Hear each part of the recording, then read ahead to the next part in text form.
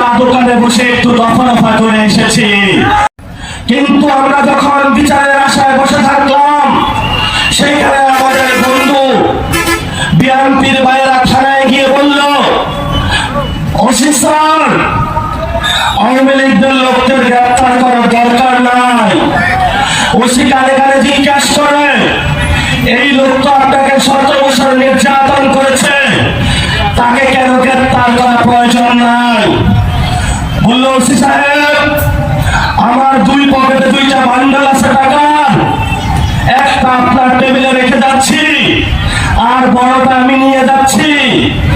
মাঝে রাতে আমরা চা দোকানে বসে একটু দফা করে এসেছি। এই হলো আমাদের বাংলাদেশ।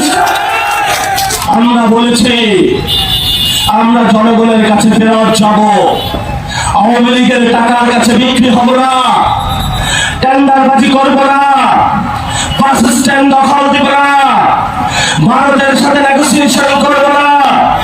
আমরা বাংলাদেশকে তৈরি করতে চাই, তরুণদের কর্মসংস্থানের ব্যবস্থা করতে চাই, নিরাপদ নারীদের জন্য বাংলাদেশ গঠন করতে চাই, নিরাপদ বাংলাদেশ আলেমদের জন্য গঠন করতে চাই, বাংলাদেশের সঠিক শিক্ষা ব্যবস্থা বাস্তবায়ন করতে চাই, বাংলাদেশে একটি সুন্দর চিকিৎসা ব্যবস্থা আমরা বাস্তবায়ন করতে চাই, বাংলাদেশকে আমরা নিরাপদ করতে চাই, হিন্দু ভাইদের জন্য বাংলাদেশের সীমান্ত হত্যাকাণ্ড বন্ধ করতে চাই, বাংলাদেশের পুশিং বন্ধ করতে চাই, বাংলাদেশের পুলিশ সংস্কার করতে চাই, বাংলাদেশের মিলিটারি সংস্কার করতে চাই, বাংলাদেশের অর্থনৈতিক সংস্কার করতে চাই, বাংলাদেশের ব্যবসায়ী জগৎ সংস্কার করতে চাই, বাংলাদেশে যেইখানে অনুন্নত জীবন রয়েছে রংপুরবাসীর জীবনের ভাগ্যচক্র